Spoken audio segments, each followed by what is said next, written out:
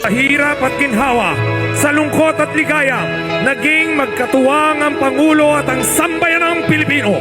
Sa loob ng 6 na taon, sa paglipas ng panahon at pagsibol at pagyabong ng magagandang pagbabago, tayo ay magdiwang at magpasalamat na tayo'y nagkasama nang dahil sa ating pinakamamahal na Pangulo.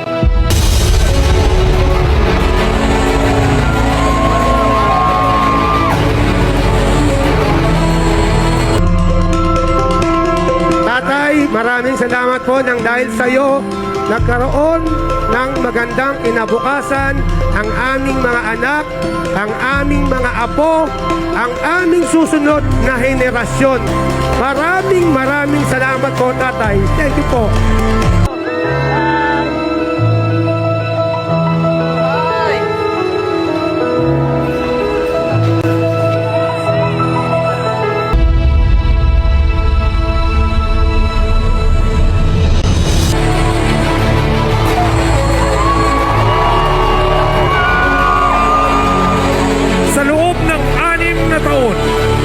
Salamat tayo sa Panginoong lumikha.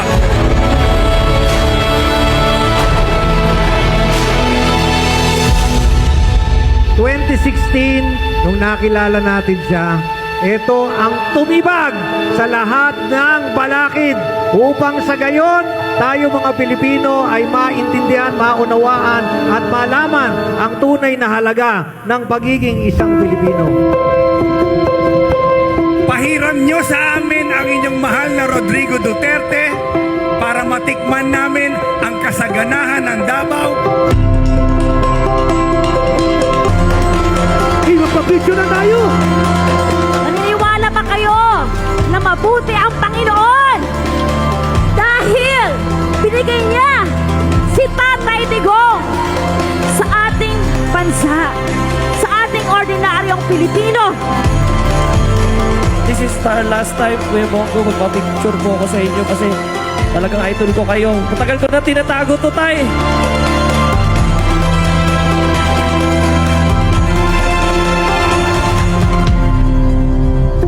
O madalas nagmamahal sa bansa ang nag-iisang Rodrigo Duterte. Mainit ang araw, nandyan pa rin po kayo. Ito po ay karangalan na natin na maharap kahit daw yan po ang ating inabot. Na nakaharap po natin at bilang karangalan na rin natin na paglingkuran tayo ng isang taong binuhos ang kanyang pagod, oras, puyat para sa ating sambayanang Pilipino.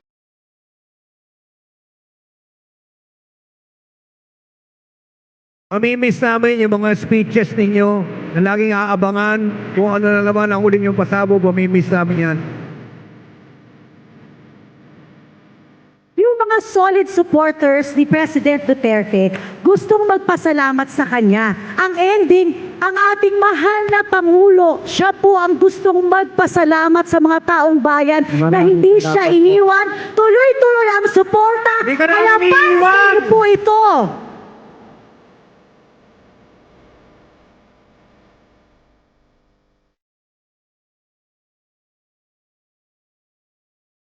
At bayan for the last 6 years ay ang nag-iisang Rodrigo Roa Duterte.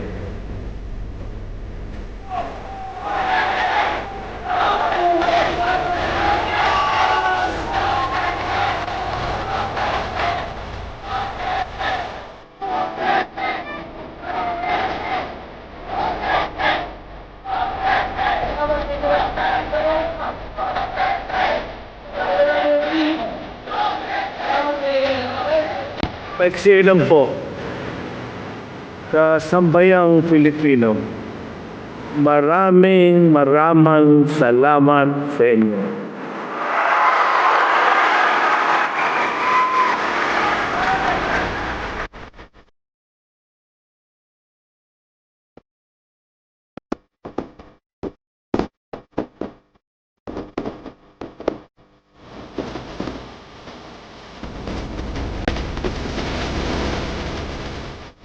now at I am already at the tail end of my administration.